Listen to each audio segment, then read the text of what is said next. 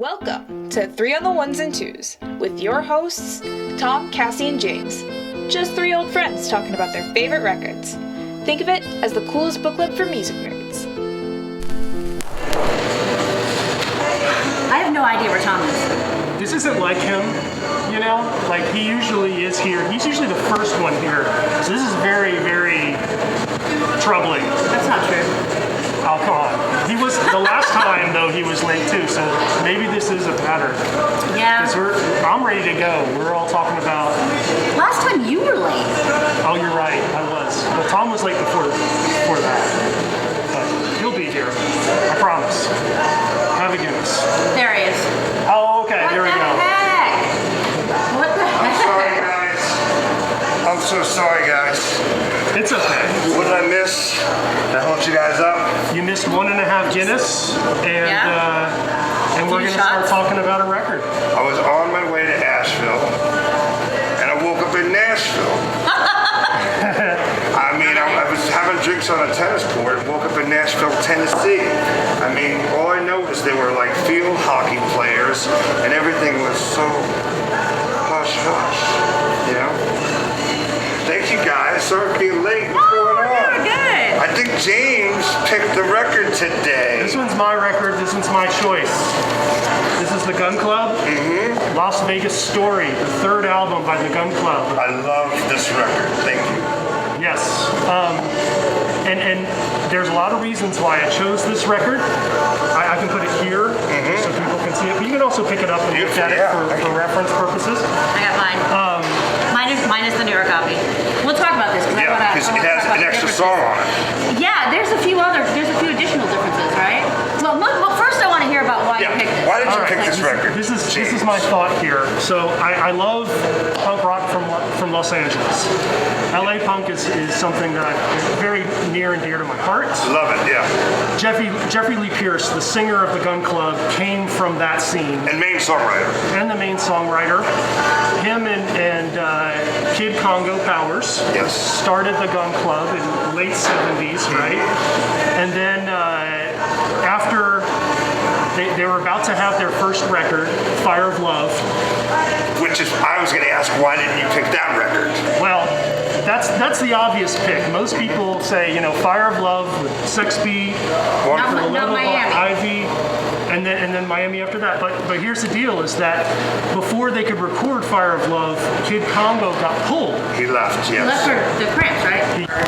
So Kid Congo and Jeffrey Lee Pierce were in the band together. It was their band, right?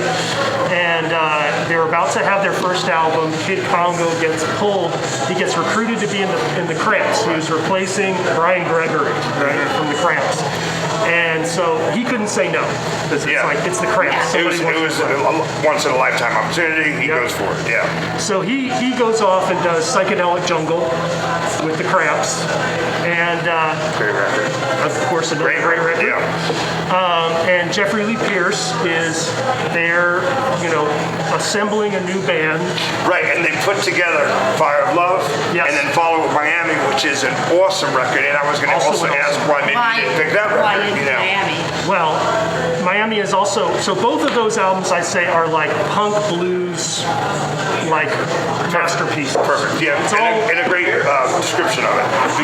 Because they are so bluesy, it's unreal. Yeah. But then after that second album, Kid Congo comes back.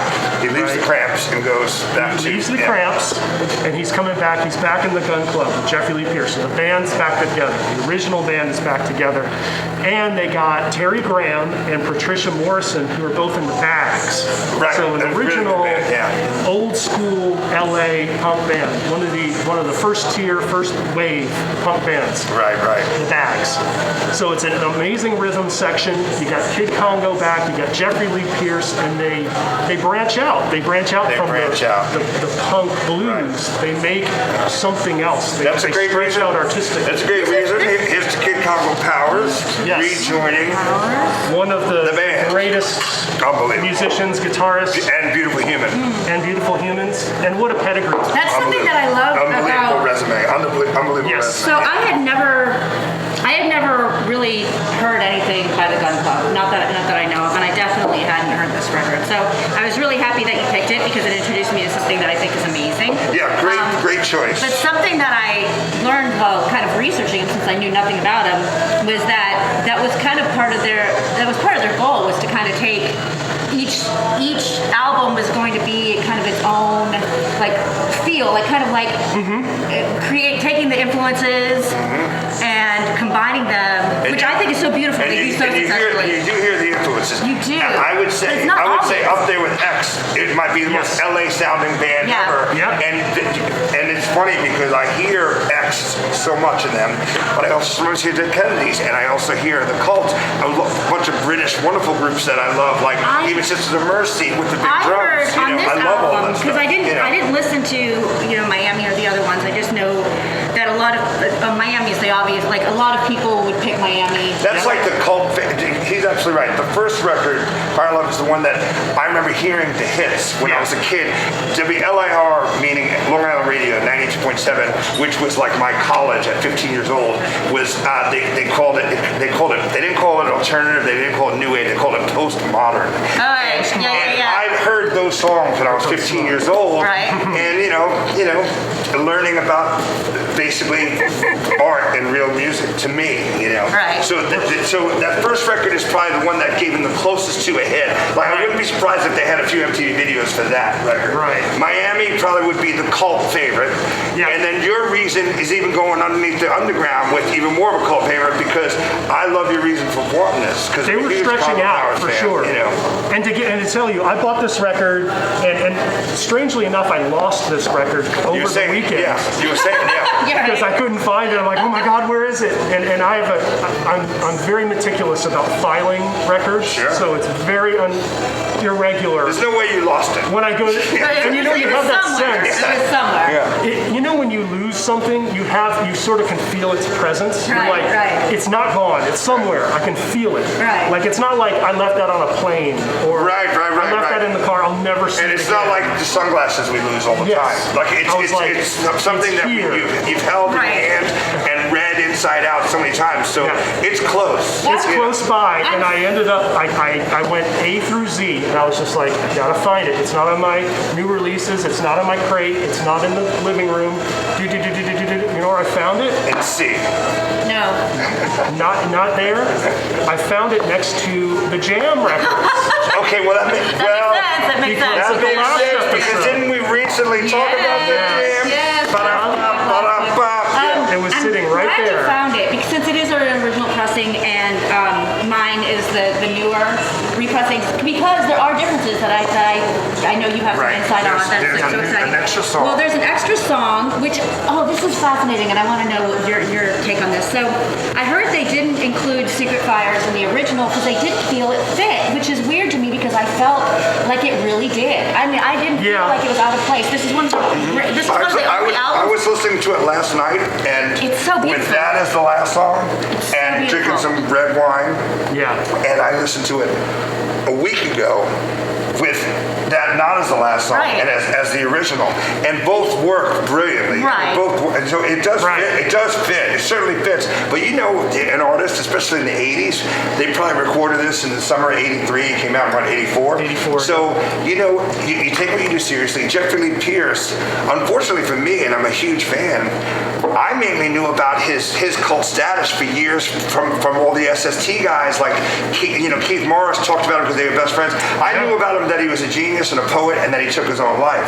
And then it wasn't until years later that I knew more about him. His lifestyle caught up with him. Exactly. For sure. He was a poet. He was an amazing songwriter, really a great guitarist. I think people don't recognize that's the thing people don't realize is you look at the back of this record, except for a couple of ideas that are covers or based on basically traditional songs that they made, every other song he wrote.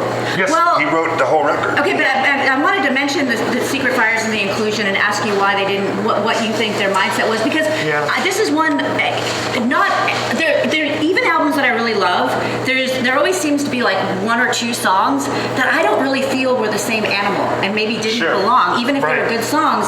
And this one, it was new to me. Every song I felt really, even though they were all different, none of them sounded the same. They all still melded. So what would you think was about that song? Here's my theory is that because it's Give Up the Sun is the last song.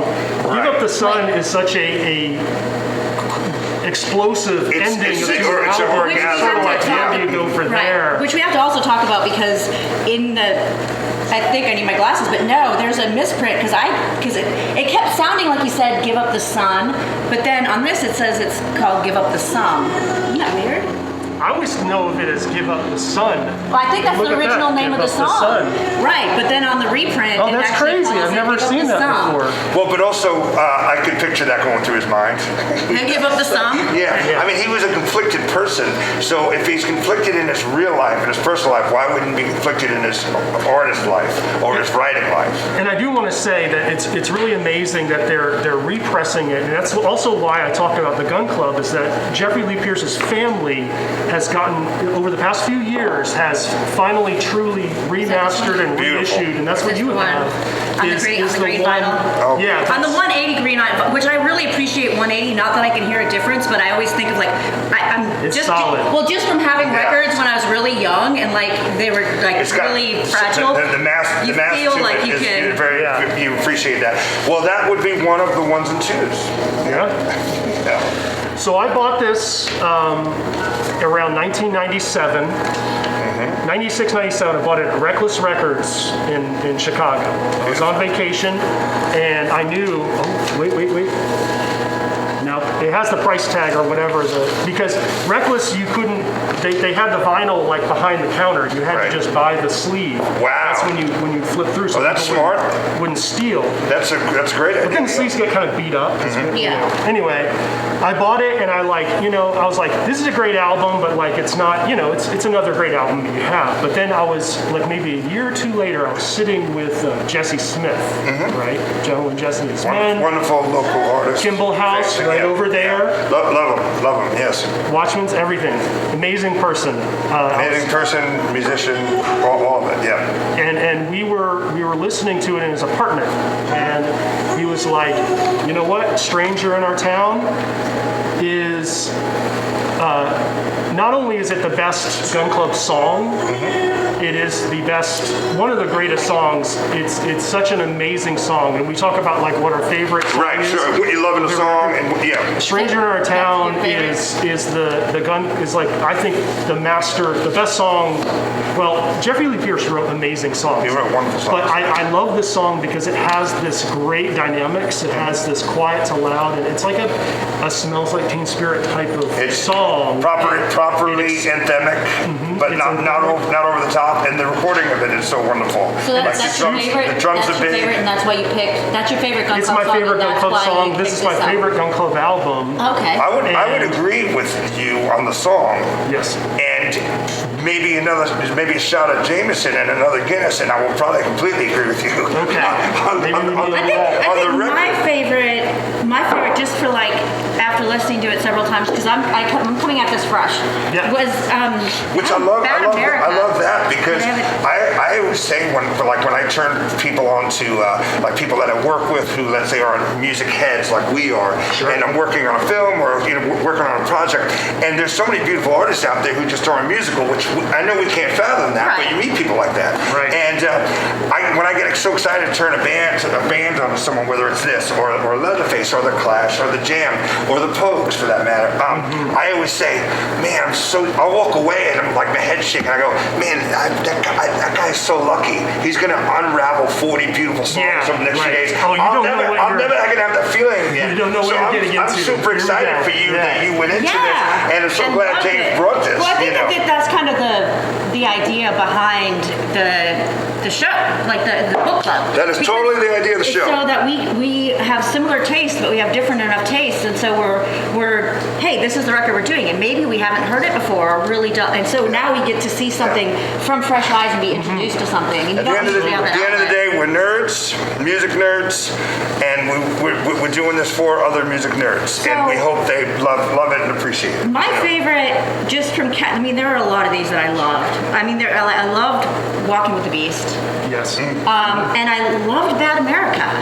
Yes. And I'm really, really happy that Secret Fires is on there because there's something so moving about that song. It's a beautiful Do you song. think Secret Fires was recorded at the exact same session? Because I don't know about that. I think it was. And it was just didn't make it in the ears and their hearts because it didn't seem like the proper outro. Like "Give Up the Sun" was that's the closing. That's the biggest. Yeah, This is okay. So end on a bang. something interesting that I learned was so the Las Vegas story, like the intro to Walking with the Beast, like that awesome sound that they have. It's like it was where they were recording. The person that owned the studio or whatever had these. I don't know if they're like African, like these big tubes that when you whirl them, they make these whirling noises. Wind sounds. And so a whole so Kid Congo Powers and so they're in there and they just all pick up one and they're just playing around. They're not even recording. But the producer on the album was back behind the thing and he had the bright lights, turned it on. Yeah. And so that's it was like a happy accident. Well, the record prior, Chris Stein produced, and this record was inspired by or dedicated to Debbie Harry, who was his then wife, from Blondie. And it's funny because you almost hear the ideas of them trying to make sounds or songs that are dedicated to New York sounding or whatever, but it's impossible for them to sound New York sounding. So I wore my Debbie Harry shirt. Beautiful. For the occasion of talking about this record. Like it's impossible for them to sound like a North or an East Coast band. They are 300% Los Angeles. This is something that I thought was amazing. So they thank her, and here's the thing. And I thought it was just that Jeffrey Lee Pierce was in the Debbie Harry fan club. But no. He was president of it. He's the president of the fan club of the chapter of Los Angeles. Even before very early, like the very beginnings of Blondie, he was right there. Because he was a music nerd first, before he was a musician. And we love music. We love music. Yeah. No, but I think that's how special is that you're the president of, and then you start this band. And you're able to dedicate an album to that. Because she became a huge fan and kind of almost like a mentor, right? Like that's amazing. Jeffrey Lee Pierce was the guy who gave Debbie Harry the tape of "Hanging on the Telephone." Wow, to make them cover that. To make them cover it, which is originally a Nerves song. Here's this Nerves tape. Oh, beautiful. You should check this out. And they said, we're gonna cover "Hanging on the Telephone," which certainly was a huge hit for them and not for the Nerves. That's wonderful. I think one of the best things, and I want to see I have bad eyesight, but for some reason I was hearing that on this, just to add room for Secret Fires, they split the master plan with My Man's Gone Now. It starts on the second side on this version, the master plan, which master plan is master plan starts on the second side. Yeah. So they switched it. They had to probably for that. Yeah, to make room for that. But do they kind of blend in? Do the songs kind of blend? A little bit, but I think it starts off side B, side 2, whatever, really well. And Master Plan, if you might know, it's a very subtle cover of Pharoah Sanders. It's a Pharoah Sanders cover. Well, yeah. The creator has a master plan. Well, that's the thing. And if you look, like I said, there are songs that there are ideas for covers that they certainly make their own, and you wouldn't even know it unless you were the nerd that we are. Like My Man's Gone Now. So there's traditionals, or like these old songs that they made their own. But other than that, Jeffrey Lee Pierce, he was the man. He was the writer, he was the composer of it, and then the band came in and changed things. You got Kid Congo Powers, who's a legend, But he's the guy who did this, and then you saw the evolution evolution of things, from there. I want to talk about My Man's Gone Now, because this is something that this is how it kind of, helped me fall in love with his voice. Yeah, he's got because a beautiful I have voice. this. Well, Some people don't like his voice. I think a lot of people get because he turned gets off. off key. But Sure. I think that makes it sound both powerful and also vulnerable, Very, which are like, it's very amazing to vulnerable, mesh yeah. those things together, and that actually makes a song. My Man's Gone Now. If you would have gotten somebody with a better voice and just sang it, it would have been like, oh yeah, that sounds good, but it wouldn't Right. have been memorable. And- But his and- vulnerability and like the fact that he reaches for notes he can't hit And this is is amazing. also the early 80s. Technology has certainly changed. Studios have certainly changed. This band now would not exist because someone might convince that person who's insecure and be like, we're going to use some techniques and throw reverb here and make your voice into. We're going to fix See, it. I thought it was badass So, that he so it's actually- wonderful that they did it. And it's like, this is it. This is my heart. This is my sleeve. I Here thought you go. It's up to you if you like it. I have a You know. feeling that he knew he couldn't reach those notes. Oh, And he knew it, and most people would kind of like refrain or pick some, and he just like went for it. And He wouldn't hold back. No matter what. He had a huge amount of confidence and was extremely. The I think it was delivery- very difficult to deal with. Obviously, like I've read his autobiography, Go Tell the Mountain. Can I borrow that if you got I it? actually Or if not, loaned it away. I will get it from someone. I love to read it. Yeah, so it's an amazing book. He wrote it himself, and after he died, his family put it together. It was put out by Rollins on the Yeah, 21361. it's a great book label. Yeah. It went out of print very quickly. I wasn't able to read it until like the past couple years because Jeffrey Lee Pierce's family, as part of the reissue campaign, as part of everything they've been doing to like preserve his legacy, they reprinted his book. Right. So you can get it now for like $15 or whatever. Oh, I will get Just it a for book. sure. Yeah, I totally recommend it. Rollins is such a great champion for him and that Yes. band and supporter because I listen to a lot of podcasts and interviews with him, and He he's been reissued on talking. CD though, He's so. been talking about Jeffrey Lee Pierce and I'd say probably Joy Division more than any other band for 20 years. Right. Unreal. I would also recommend reading the John Doe books. So this is Yeah. the second Yeah. one. So I've read Under the Big Black Sun is the first one. I read his first one, which is amazing. It's a This great one's story. great. More Fun in the New World. It's like after the initial wave of punk in LA, and it's sort of like what happens as things sort of diverge. But Terry Graham, the drummer of the Gun Club, has a chapter in here. Yeah. Oh, And it's cool. an amazing document of the Gun Club. It's a great little summary, so you can. Funny enough, You would love I was in New York City a few years ago at an X and Blondie show, and I was lucky enough through a friend to be invited backstage, hanging out with XC and John and Debbie Harry. What was this? I think I saw- 4 or 5 years I ago. think I saw that and they same were so show in nice, and Chicago. we had so much fun. But before I met John, I saw him looking over at me, and I was with some friends, and he was looking at me for like 15, 20 minutes. And he finally came over, and he's like, "Hey, how you doing?" And he thought it was somebody else, and we started chatting. And I said, "I'm Tom Chester. I'm a musician, but more than anything, I'm a fan. And thanks for having us. Thanks for letting us backstage. Thanks for letting me drink your beers." Super great And he's like, Nice. he's like, "Well, the reality is the real deal is I've been talking about you for 20 minutes, and I just want to say you have the best hair in New York City." And I saw that. thank you, John Doe and XC, Thank you. and Thank you, Debbie John Doe. Harry, and Debbie Harry. and also thank you, the Gun Club. Thank you, the Gun Thank Club. you, Jeffrey Lee And- Pierce. Thank you, Kid Carver Powers. And thank you, James Joyce, for introducing me to something that I think is really, Yeah. really beautiful and that I probably wouldn't have picked on my own, you know? All of their albums are great. This one is my personal favorite just because It's been on it's when they rotation. I switch up. think for Cassie and I, we've done other interviews and we weren't able to talk about it because we don't want to let people know And what what's we're talking part of the about club. next, right, Now we right. can talk about it. But it's been on our rotation. Thank you, Brian Colancino and Trackside Tavern. Thank you, Track. But it has been on rotation for us for like better part of 2 I know. weeks. Better part of 2 weeks. Well, I can tell you that Cheers. several of these songs got stuck in my head. Yes. And so when I was doing that Q&A, Oh, I know. everybody's like, "You have any earworms?" And I'm like, "I can't tell And you by the what way, they are." you were awesome in that Q&A. Thank you for doing it. Sometimes we get shy and we forget why we do this. But the reality is we want to open up and share our thoughts with hopefully make some new friends and become fans of people. Thank you so much. Thank you. Do we have time to do a quick letter or? Yeah, I believe so. Yeah. Okay. But we should do a quick shot before we do a quick letter. Cheers, guys. go. So wonderful to see you. Thank you, Trackside Tavern.